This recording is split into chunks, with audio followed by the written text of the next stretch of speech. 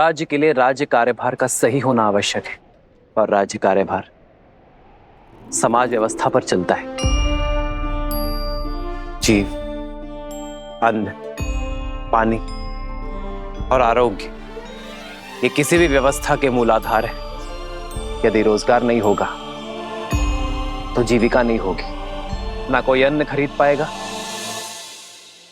और ना ही कोई रोगी अपना उपचार करवा पाएगा। हमें रोजगार के निर्माण का यह चक्र शुरू करना होगा मित्र। वही राजा को अन्न और जल, इन मूलभूत आवश्यकताओं का संचय और निर्माण करना होगा। एक राजा को आपातकालीन के लिए अन्न का संचय करना होगा, किसानों के लिए जल संचय की सामग्री का निर्माण करना होगा। और रही बात आरोग्य की, तो अपने राज्य में स्वच्छता की नींव रखना, अपनी प्रजा को निरोगी बनाना और आरोग्य केंद्र का निर्माण करना हमारा धर्म यही कर्म करने की बात करता है मित्र। जहां न्याय धर्म का आधार हो वो सामान्य राज्य है, किंतु जहां धर्म का आधार न्याय हो वो सुराज्य है। मित्र, आप धन्य हैं।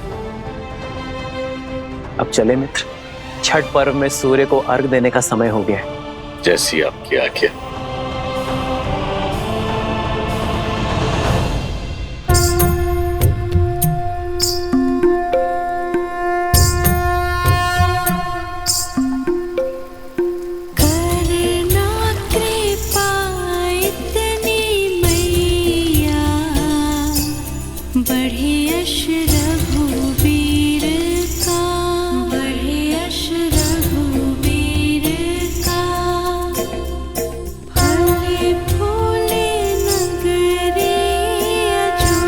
मेरे श्री राम सदा सदा के लिए अयोध्या के होने जा रहे हैं। राज्याभिषेक के इस शुभ दिन पर उन्हें आशीर्वाद दीजिएगा छठी मैया।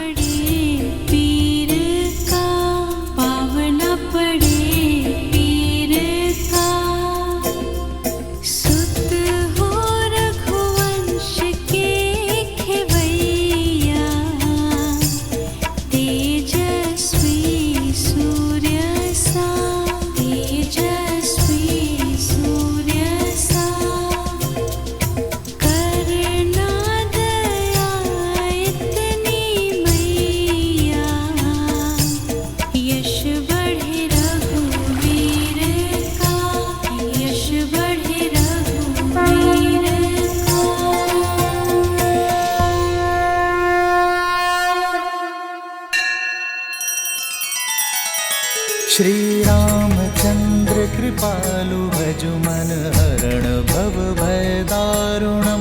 नव कंज लोचन कंज मुख कर कंज पद कंजारुणम।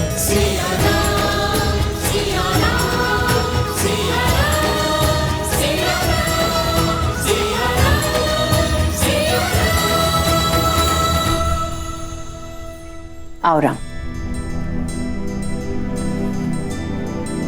तुम्हारे लिए कलेवा परोस दिया है। तुम्हारा प्रिय दही भात और राजभोग सब है, ग्रहण करो।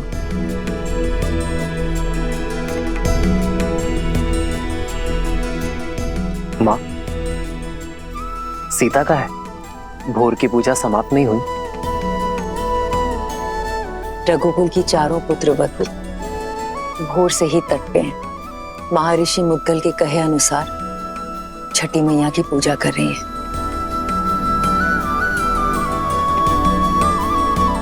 कल तुम्हारा राज्याभिषेक है राम। कल के पश्चात बहुत से कर्तव्य, बहुत से दायित्व निभाने हैं तुम्हें। ऐसे में तुम्हारी अर्धांगिनी, तुम्हारी सीता, तुम्हारी शक्ति में भक्ति का बल डालने का प्रयास कर रही है। तुम्हारी लंबी आयु और अयोध्या के सम्मान के लिए प्रार्थना कर रही है। रघुकुल के दीप की सुरक्षा की प्रार्थना कर रही है। तब तो समय लगेगा माँ। कुछ खाया उन चारों ने? कहाँ, 12 प्रहर का उपवास है उनका। जो तुम्हारे राज्याभिषेक से पहले ही समाप्त होगा। परिवार में पुरुष चाहे सफलता के जिस भी शिखर पर पहुंच जाए, उसका आधार, उसकी धरा एक स्त्री ही होती है। और मां, घर की उन्नति में पति पत्नी दोनों ही भागी होते हैं ना, तो व्रत केवल स्त्री ही क्यों रखे? मैं भी सीता के लिए व्रत रखूंगा। राम सिया राम सिया राम सिया राम, राम सिया राम सिया राम। और मेरा ये व्रत सीता के प्रति मेरे प्रेम और सम्मान का प्रतीक होगा।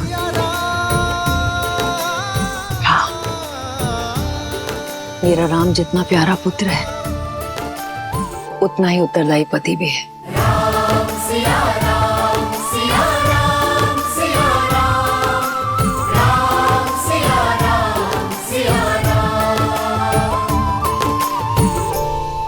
प्रणाम ऋषिवर। कल सुबह सूर्य की पहली किरण के साथ ही श्री राम का राज्याभिषेक होगा और श्री राम जैसा धर्मात्मा राजा पाकर ये धरा धन्य हो जाएगी।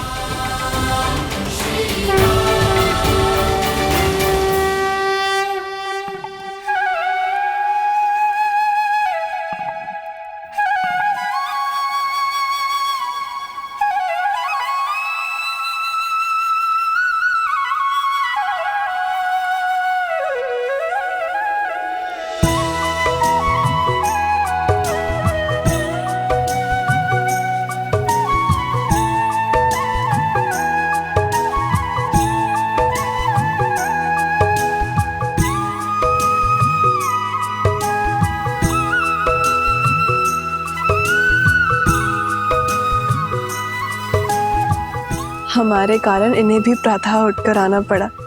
बेचारे, लगता है अभी भी मीठी निद्रा के स्वप्न देख रहे हैं।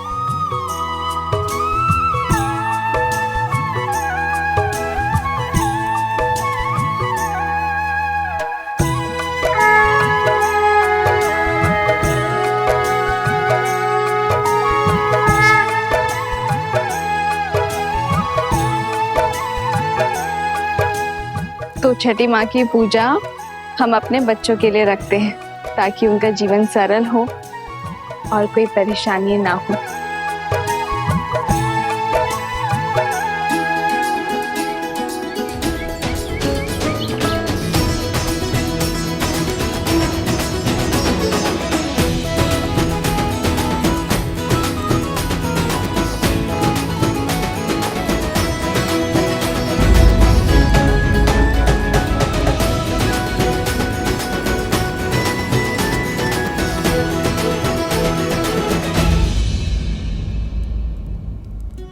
पिछले 14 वर्ष से हमें जिस दिन का इंतजार था, तुम उसका भाग नहीं बनना चाहती हो।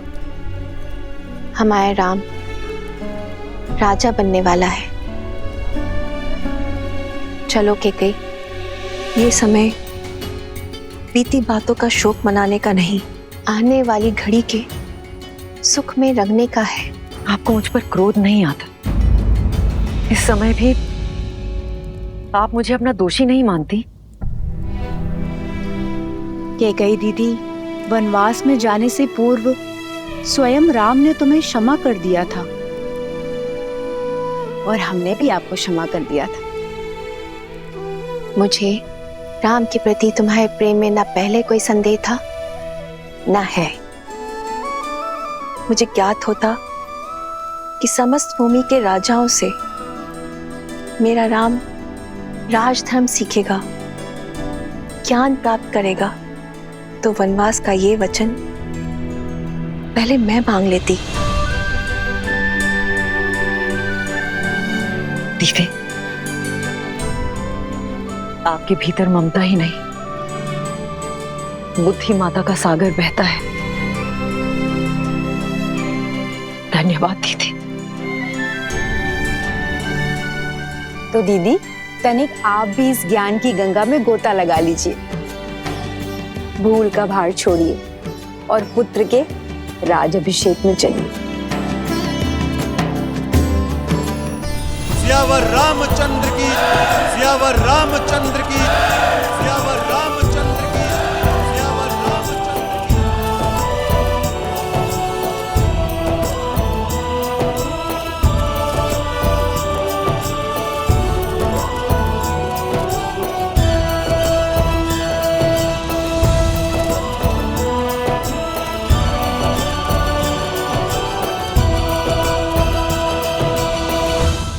सियावर रामचंद्र की, सियावर रामचंद्र की, सियावर रामचंद्र की, सियावर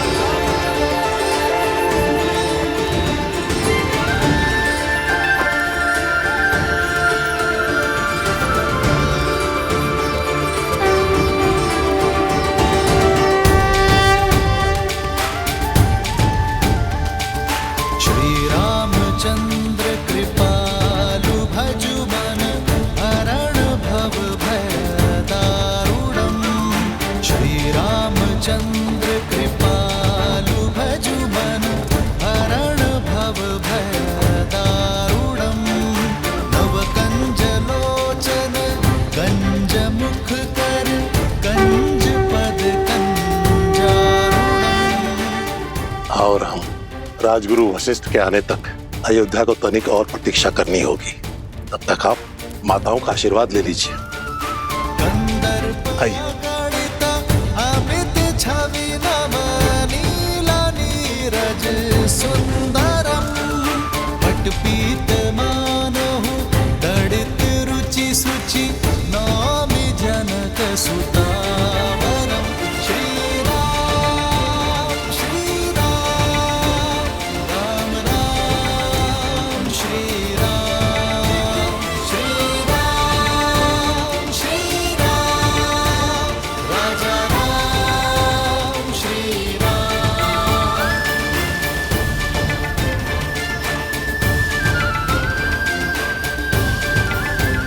श्री राम श्री राम राम राम श्री राम।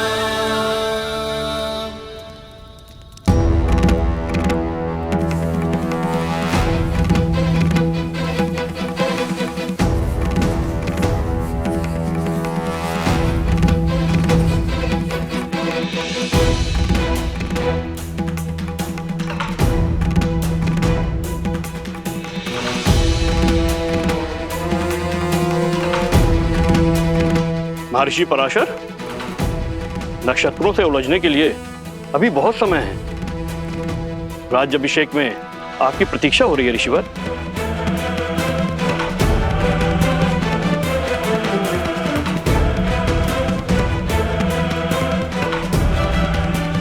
आप इतने गंभीर क्यों हैं ऋषिवर? क्योंकि ग्रहों के संकेत ठीक नहीं है। जब किसी के भाग्य में राहु की छाया पड़ जाती है तो असुरी माया कोई ना कोई कष्ट जरूर देके जाती है। मुझे राम पर विश्वास है। यदि भाग्य में संघर्षों का भंवर है तो वो भी स्वीकार है। और मुझे विश्वास है कि अयोध्या के नए राजा इस भंवर से भी अवश्य पार होंगे।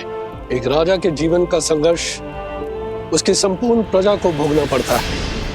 इस राज्य अभिषेक के समय की कुंडली में यह स्पष्ट है कि एक महाअसुरी शक्ति अयोध्या में प्रवेश करने वाली है।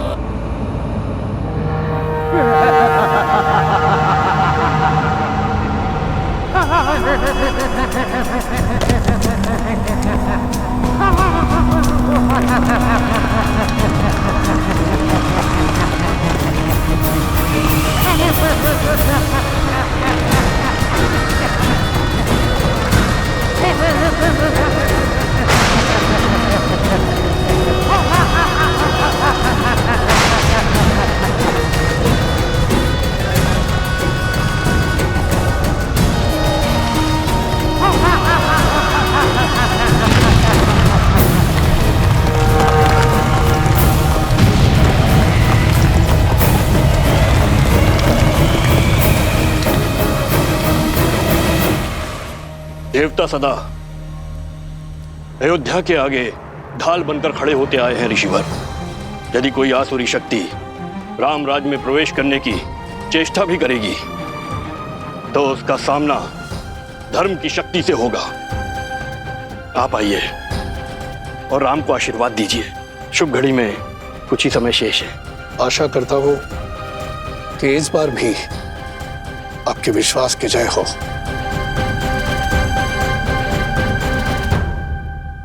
आइए। चलिए।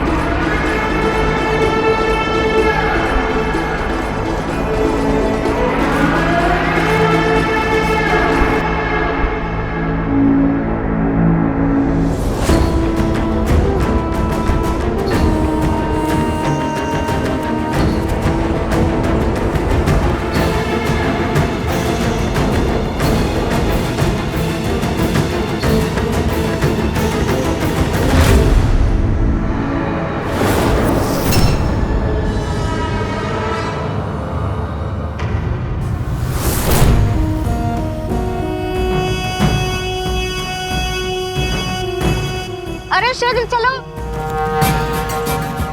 आज अभिषेक का समय हो गया है।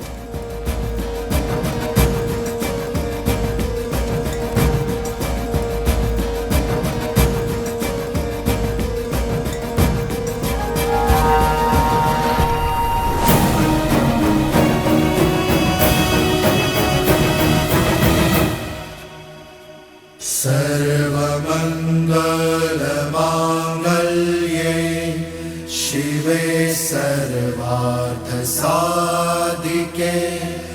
शरण्ये त्र्यंबके गौरी नारायणे नमोस्तुते।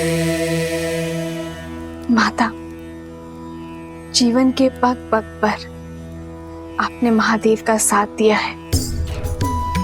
आशीर्वाद दे कि वैसे ही मैं भी सदा अपने श्री राम का साथ दे सकूं। सुख दुख की हर घड़ी में मैं राजा राम की पत्नी के रूप में सभी दायित्व निभा सकूं। नमस्तस्यै नमो नमः।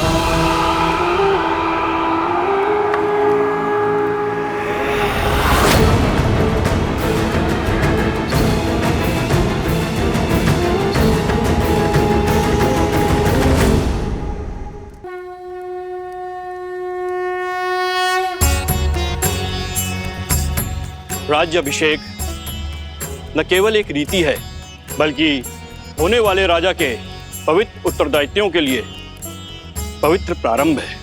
रीति अनुसार मंगल बेला में सर्वप्रथम श्री रामचंद्र जी की देह को तेल, विविध औषधियों के मर्दन से शुद्ध किया जाएगा। पृथ्वी, जल, अग्नि, वायु, इन चार तत्वों के साथ आकाश तत्व के जुड़ने से इस तन का निर्माण होता है और इसमें सबसे अधिक रोग उत्पन्न होते हैं वायु तत्व के कारण।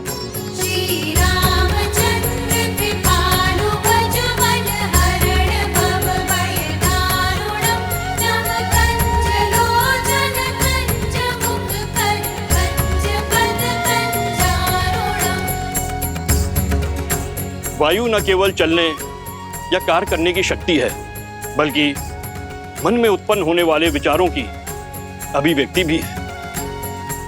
मन के मैल के कारण ही समस्त संसार में पाप, अपराध और दुराचार होते हैं। अतः मंत्रों से मन को बांधकर एवं तेल के मर्दन से वायु तत्व को शांत किया जाता है। पश्चात यह मन स्वच्छ हो जाता है और जिस राजा का मन स्वच्छ हो वह धैर्य और सहनशीलता का पर्याय होता है।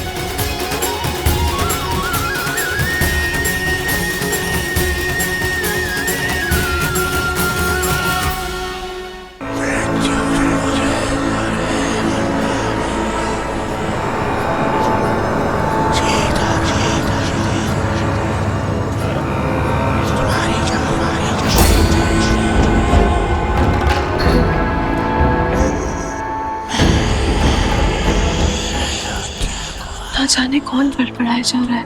कानों में विचित्र स्वर आ रहा है, ना ही कुछ समझ में आ रहा है और ना ही कोई दिखाई दे रहा है। जाने कौन है जो पूजा भी नहीं करने दे रहा है।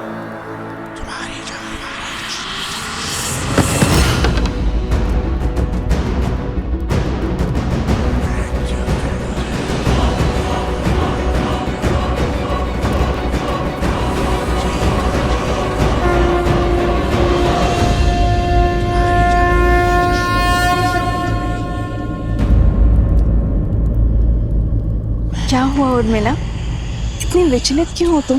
दीदी आपको ये ध्वनि नहीं सुनाई दे रही? कैसी ध्वनि? मुझे तो कुछ सुनाई नहीं दे रहा है।